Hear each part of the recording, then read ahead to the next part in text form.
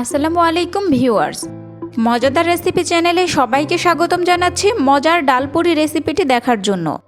যদিও ঢাকা শহরের ডাল পুরির দেখা মেলা অনেক ভার, তবে তারপরেও গ্রামেগঞ্জে কিন্তু ডাল পুরির প্রচলন এখনও অনেক বেশি। আর এই ডাল পুরিটা তৈরি করা বেশ সহজও বটে।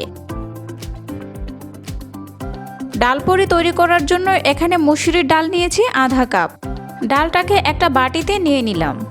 এখন ডালটাকে পানি দিয়ে খুব ভালো করে ধুয়ে পরিষ্কার করে নিতে হবে, যতক্ষণ না পর্যন্ত টলটলে পানি চলে আসে।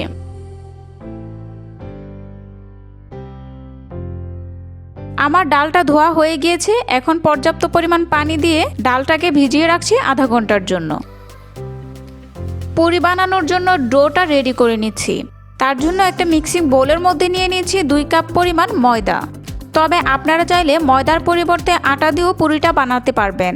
তবে ময়দা দিয়ে পুরিটা বানালে যেরকম পারফেক্ট হয়, আটা দিয়ে যদি আপনারা পুরিটা তৈরি করতে যান তবে সেক্ষেত্রে দেখা যাবে অতটা পারফেক্ট হবে না।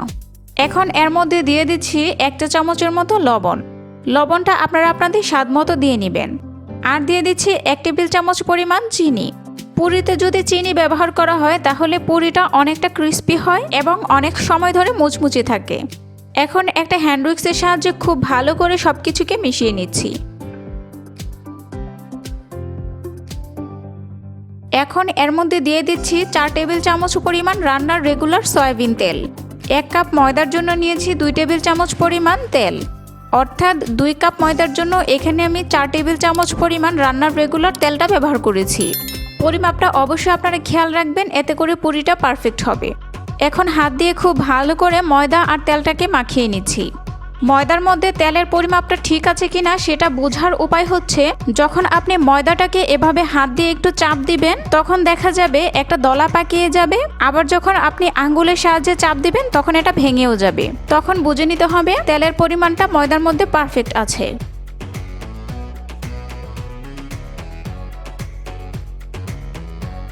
এখন নর্মাল টেম্পারেচারে থাকা পানি দিয়ে আমি একটা ডো তৈরি করে নিব।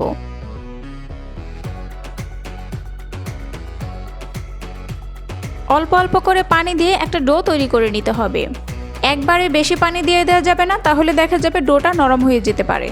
আমি অল্প অল্প করে পানি দিয়ে একটা ডো বানিয়ে নিচ্ছি।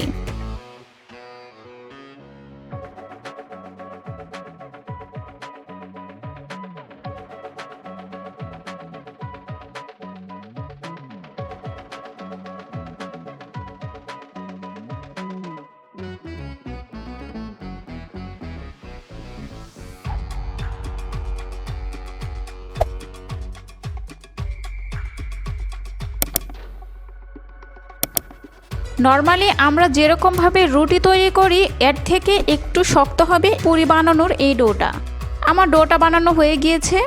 ডোটা বানাতে আমার প্রায় 1.25 কাপের মতো পানি লেগেছে। দেখুন অবশিষ্ট এই পানিটুকু বেশি রয়ে গিয়েছে।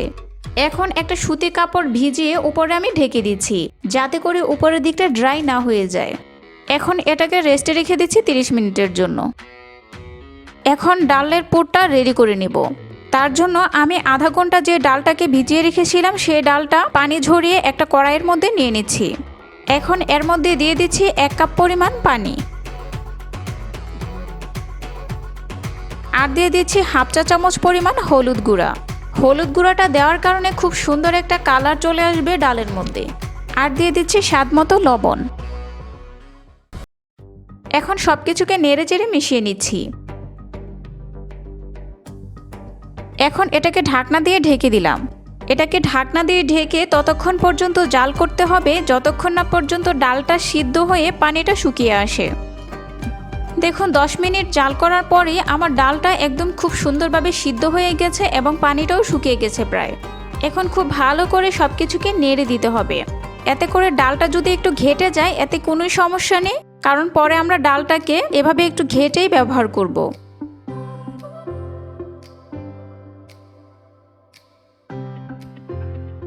ডালের পুরোটা পানি শুকিয়ে যাওয়ার পর ডালটাকে আমি একটা বাটিতে তুলে নিচ্ছি। একই প্যানের মধ্যে দিয়ে দিচ্ছি প্রায় 2 টেবিল চামচের মতো সয়াবিন তেল। তেলটা গরম হয়ে আসলে এর মধ্যে দিয়ে দিচ্ছি 1 টেবিল চামচ পরিমাণ রসুন কুচি। রসুনটাকে হালকা একটু ভেজে নিয়ে এর মধ্যে দিয়ে দিচ্ছি হাফ কাপ পরিমাণ পেঁয়াজ কুচি। পেঁয়াজটাকে একটু ভেজে নেব যতক্ষণ না পর্যন্ত পেঁয়াজটা একটু নরম হয়ে আসে। যখন পেঁয়াজটা নরম হয়ে এরকম একটু ব্রাউন কালার চলে আসবে তখন এর মধ্যে দিয়ে দিচ্ছি আগে থেকে সিদ্ধ করে নেওয়া ডালগুলো।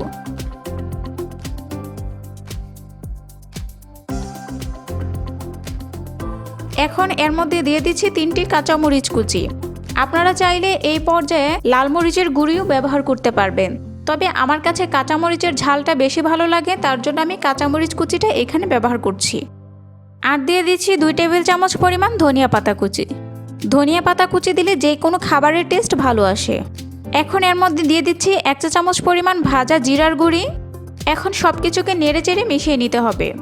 আর এটাকে ততক্ষণ পর্যন্ত জাল করতে হবে যতক্ষণ না পর্যন্ত ডালের পানি শুকিয়ে এসে ডালটা কিছুটা ঝরঝরে হয়ে যায়। মিডিয়াম ফ্লেমে এভাবে করে আমি ডালটাকে জাল করে নিচ্ছি। আর অবশ্যই খেয়াল রাখতে হবে যেন নিচের দিকে কোনো রকম পোড়া না লাগে।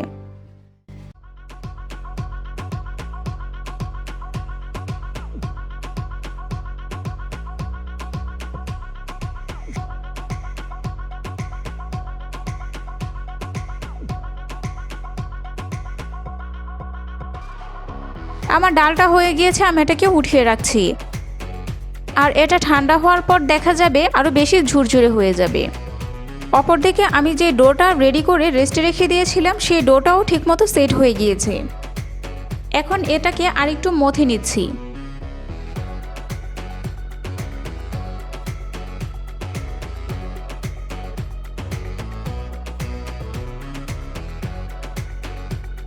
মথে নেওয়ার পর এই ডোটা থেকে আমি পুরি বানানোর জন্য কিছু লেচি কেটে নিব।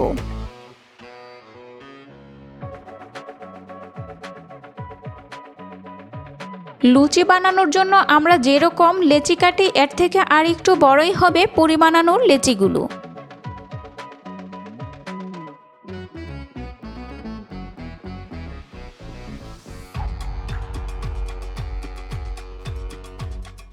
সবগুলো লেচি আমি কেটে নিয়েছি। এখন এই লেচিগুলোকে গোল শেপ করে নিব।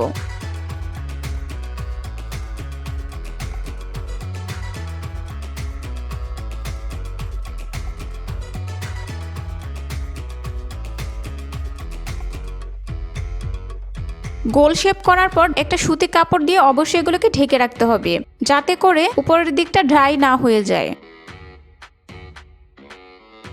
সবগুলো গোল করে নেওয়া হয়ে গেলে এভাবে সাইড থেকে একটু চেপে চেপে এটাকে একটা রুটি শেপ করে নিতে হবে। মাঝের অংশটা আপনাকে এভাবে অবশ্যই একটু পুরুত্ব রাখতে হবে, তাহলে দেখা যাবে পুরির ভেতরের যে পুরটা সেটা বের হয়ে যাবে না।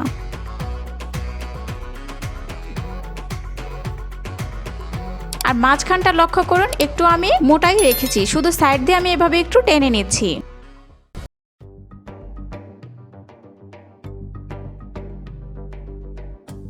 এখন পরিমাণ মতো কিছুটা পুর দিয়ে দিচ্ছি।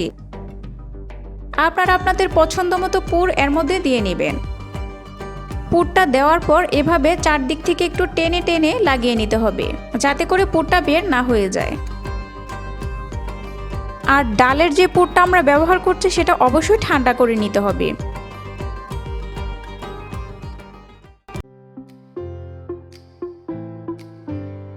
দেখুন ঠিক এভাবে করে মুখটা সেল করে নিতে হবে।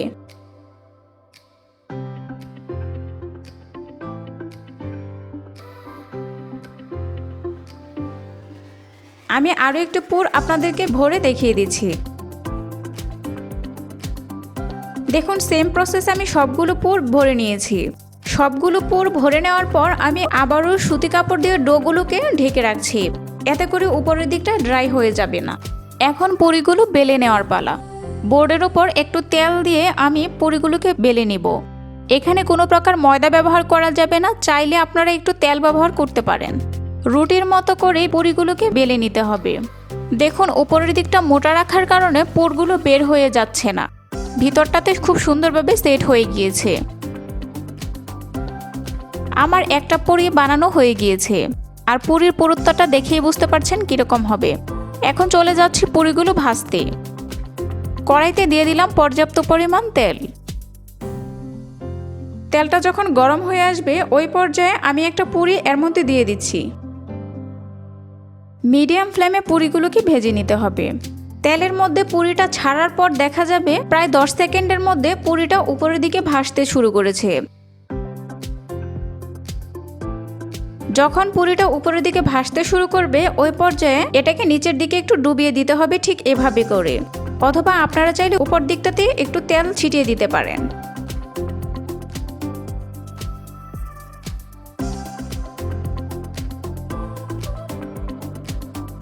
যখন একটা পাশ কিছুটা ভাজা হয়ে যাবে তখন এটাকে উল্টে দিতে হবে।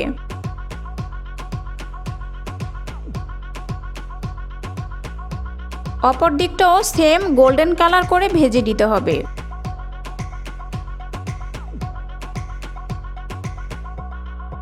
দেখুন আমার পুরিটা ভাজা হয়ে গিয়েছে আর মাশাআল্লাহ দেখুন পুরিটা কত সুন্দরভাবে ফুলে গিয়েছে। আমি পুরিটাকে উঠিয়ে রাখছি।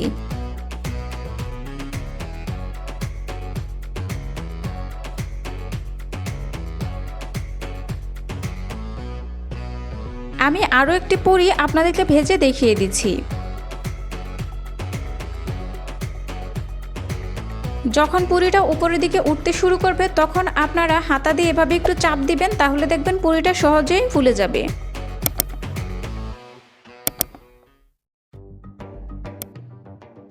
সেম প্রসেসে এই পুরিটাকেও আমি ভেজে নিলাম।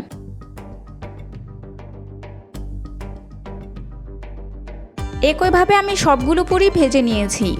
দেখুন সবগুলো পুরি মাশাআল্লাহ কত সুন্দর ফুলে উঠেছে। বিকালে কিংবা সন্ধ্যার চায়ের নাস্তায় আপনারা এই পুরিটি রাখতে পারেন। খুবই অল্প সময়ে এই মজাদার ডাল পুরিটা তৈরি করে নেওয়া যায়, আর খেতেও এটা ভীষণ মজা হয়। আমি একটি পুরি আপনাদেরকে ছিঁড়ে দেখিয়ে দিচ্ছি। দেখুন কতটা উপরের দিকটা ক্রিস্পি হয়েছে আর ভিতরের দিকটা ডাল পুরি কতটা সুন্দর হয়েছে।